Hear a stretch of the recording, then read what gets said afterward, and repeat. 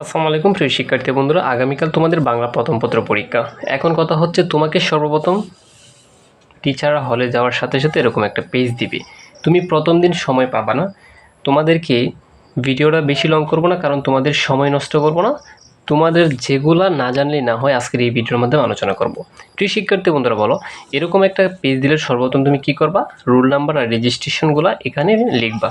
ঠিক আছে, তোমার কাজ শেষ কিন্তু এতটুকু। পরে কিন্তু তুমি মার্জিন করবা একটা। এখন মার্জিনটা কেমনে করবা, তারপর তুমি 7টা সৃজনশীল কেমনে লিখবা আমি একটু যে জানাচ্ছি তোমাদেরকে। ঠিক আছে, তোমার যদি আজকে আগামীকাল বা 2 দিন পর যদি নতুন পরীক্ষা হয়ে থাকে, অর্থাৎ তোমার প্রথম পরীক্ষা হয়ে থাকে, তাহলে তোমার জন্য ভিডিওটা খুবই জরুরি। সো দেখো, তারপর তুমি কভার পেজটা নিলা। এখন মার্জিন করো। মার্জিন কিভাবে করবা?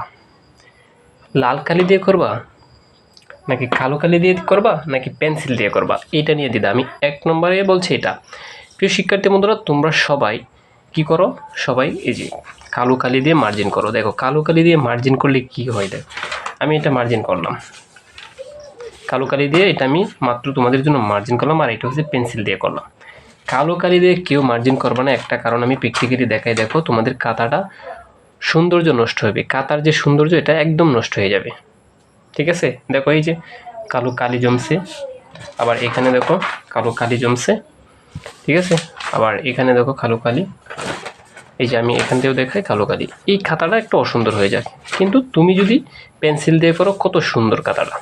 অর্থাৎ সবারই একটা সাজেশন, পেন্সিল দিয়ে সবাই মার্জিন করবা যদি মার্জিন করো। ঠিক আছে, তারপর অনেকেই করো কি, দেখো লাল কালি দিয়ে মার্জিন করো এবং 2টা টান দেবো। এগুলো করে তো সময় নষ্ট করো অযথা। তুমি জাস্ট তুমি হলে বৈশা পড়াগুলা রিভাইজ দিতে থাকো মনে মনে। ঠিক আছে, তো এগুলা করবা না। তাহলে সবাই কি করবা? সবাই পেন্সিল দিয়ে সুন্দরভাবে মার্জিনটা করে নেবা। তোমার কাজ শেষ, মার্জিন করার কাজ শেষ। তারপর তুমি যেটা করবে প্রিয় শিক্ষার্থী বন্ধুরা, এমসিকিউটা দেওয়ার সাথে সাথে তোমাকে বিষয় কোড অথবা সেট কোডটা ফিল আপ করতে হবে। এটা যদি না করো তাহলে কিন্তু তুমি বিপদে পড়ে যাবা। ঠিক আছে, এটা তো বললাম। এখন সৃজনশীল তুমি কেমনে লিখবা আমি যে দেখাচ্ছি, কয় পৃষ্ঠা লিখবা, কয় পাতা লিখবা, এবং A+ কি তুলতে পারবা কি ফার্স্ট পেপারে। আমি নিজেও 161 পেয়েছিলাম, 2টা মিলাই। 181 না, 80 আর 80 হচ্ছে 160। ঠিক আছে, কিন্তু তুমি যদি 160 পাও 2টা মিলে, তাহলে কিন্তু A+। কিন্তু আমি পাইছিলাম 161। কিন্তু আমি কেমনে পাইছিলাম আজকের এই টিক্সটা তোমাদের সাথে শেয়ার করব। সো প্রিয় শিক্ষার্থী বন্ধুরা, এখন তোমার মার্জিন করা শেষ। তুমি কি করবা? লিখবা 1 নং প্রশ্নের উত্তর লিখবা না, এখানে লিখবা 1 নং। যদি 1 নং কমন পড়ে তোমার, 1 নং প্রশ্ন, এই যে এভাবে লিখবা প্রশ্ন উত্তর, জাস্ট এতটুকু লিখলেই চলবে। অনেকে করে কি, এইটাকে অনেক ডিজাইন মিজাইন করে, এগুলো দরকার নাই। তোমার তো সময় নষ্ট, তোমার হাতে সময় খুবই কম।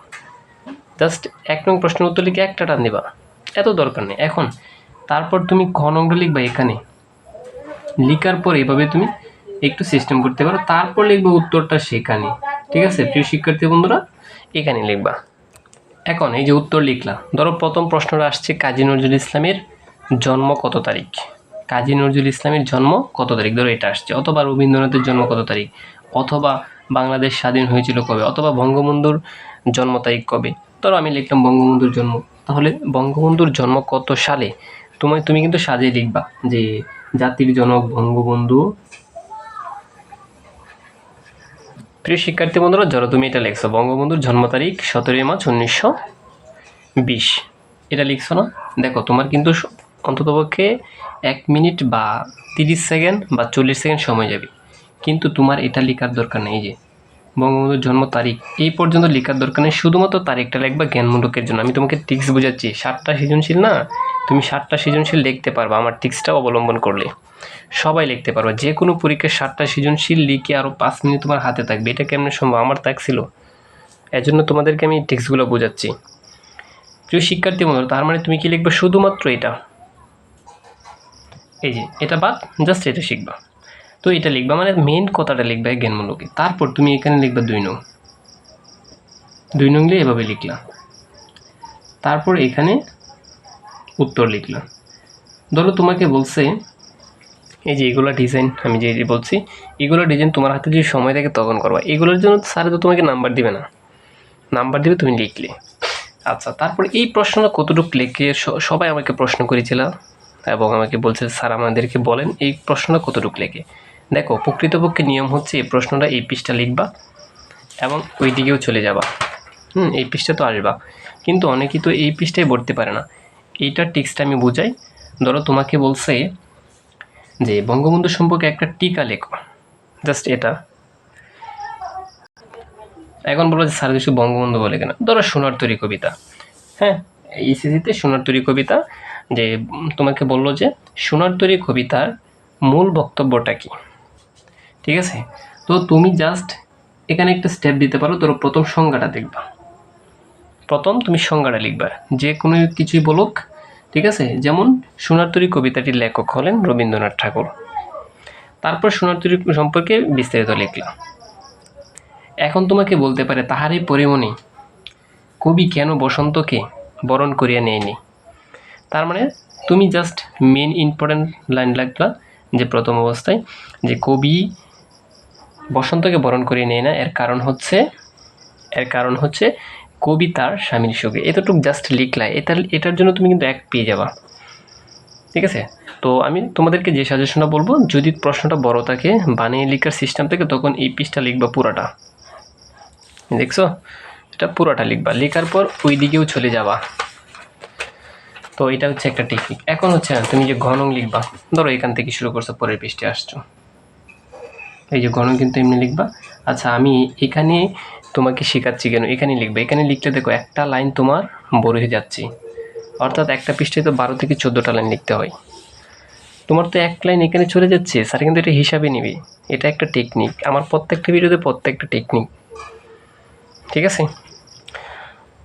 তো দেখো এই প্রশ্নটা কি লিখবা। ধরো উদ্দীপকের মেন কাহিনীটি সম্পর্কে কোথায় থেকে আসছে, ঠিক আছে। ধরো সোনার তরীর সাথে একটা কি করলো, একটা উদ্দীপক দিয়ে দিল। তুমি বলবা যে উদ্দীপকের তত্ত্ব অনুযায়ী আমি লিখলাম, দেখো। আর লেখাগুলো এমনি লিখবা, দেখো আমি পরীক্ষার হলে এভাবেই লিখতাম যে উদ্দীপকের তত্ত্ব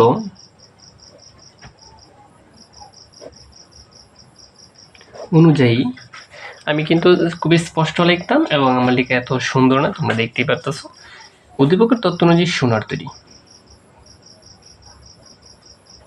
ঠিক আছে, সোনার তরী কবিতায়, সোনার তরী কবিতার সাদৃশ্য পাওয়া যায়।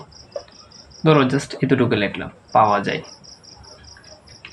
একটু ভিডিওটা ধৈর্য সহকারে দেখো। এদিকে যদি লাইন আটে তাহলে লিখবা, নতুবা লেখার দরকার নেই। এই যে তুমি মেন টপিকসটা ধরতে পারছো, যে সোনার তরী কবিতার, এতটুকু একটা ইনভার্টেড কমা দিলে। এখানে আবার কালার পেজ ব্যবহার করতে পারো, লাল চারা, এই যে মানে লাল চারা, আমি এখন লাল আছে বিধায় আমি এটা ব্যবহার করে দেখেছি। এই যে এখান থেকে এতটুকু লেখছো, এটার জন্য তুমি 1 পেয়ে যাবা, কথা বুঝছো। তখন তুমি সোনার তরী সম্পর্কে এই বিস্তারিত লিখলা স্টেপ দিয়া, আর একটা স্টেপ দিয়ে লিখলে এখানে স্টার্ট দিয়া। লিখার পর লিখতে দেখো এই পৃষ্ঠা তো লিখবাই, পরের পৃষ্ঠা চলে যাবা, পরের পৃষ্ঠা পুরোটা লিখবা, এই পুরোটা লিখবা। এটা হচ্ছে 3 নং, এই যে ঘনং, কিন্তু চিন্তা করছো, তার মানে ঘনং 2টা পৃষ্ঠা লিখবা। কয় পৃষ্ঠা? 2 পৃষ্ঠা। লিখার পর তুমি চলে যাবে অপর পৃষ্ঠা, এখানে লিখলা ঘনং, এই যে উত্তর দিয়ে শুরু করলাম। এইটা কয় পৃষ্ঠা লিখবা? এটাও 2টি পৃষ্ঠা লিখবা, তখন গিয়ে তুমি ফুল মার্ক পেতে পারো, ঠিক আছে। এখানে ফুল মার্ক পাবা, এটাও 2 পৃষ্ঠা, এই পৃষ্ঠাও লিখবা, আবার এই দিক দিয়েও চলে যাবা, ঠিক আছে। তো প্রিয় শিক্ষার্থী বন্ধুরা, তাহলে দেখো কয়টা পৃষ্ঠা হচ্ছে, একটা সৃজনশীল। এই যে প্রথম 1 পৃষ্ঠায় যদি লিখছো একটা পৃষ্ঠা, তারপর 2 নং তো 1 পৃষ্ঠাতেই শেষ, 3 নংটা হচ্ছে 2 পৃষ্ঠা লিখলা, আবার 4 নংটা 2 পৃষ্ঠা লিখলা, তাহলে টোটাল হচ্ছে 5 পৃষ্ঠা। 5 পৃষ্ঠা হচ্ছে একটা সৃজনশীল। এখন তোমাদেরকে বলে রাখি, 5 পৃষ্ঠা যদি একটা সৃজনশীল লিখো, তখন হচ্ছে তোমার একটা প্রবলেম হবে কি, বাকি 7টা সৃজনশীল তুমি লিখতে পারবা না 5 পৃষ্ঠা করে। তাহলে তোমাকে কি করতে হবে, তোমাকে প্রথম 3টা বা 2টা, প্রথম 3টা সৃজনশীল তুমি 5 পৃষ্ঠা করে লিখবা খুব সুন্দরভাবে। তার পরবর্তীতে 4টা সৃজনশীল থাকবে, এই 4টার মতো মাঝখানে তিনটা একটু ছোটো করে ফেলবা। এখন প্রশ্ন হচ্ছে যে স্যার কোনটা ছোটো করব? ছোটো করবা শুধুমাত্র এই যে এই ঘন আর হচ্ছে এই ঘন, এই দুটো অল্প অল্প ছোটো করে দিবা, 1.5 পৃষ্ঠা দিয়ে দিবা, ঠিক আছে? তখন শেষে একটা বাকি থাকবে না, ওইটা আবার ফুল দিয়ে দিবা এবং শেষের লেখাটা অনেক সুন্দর করবা।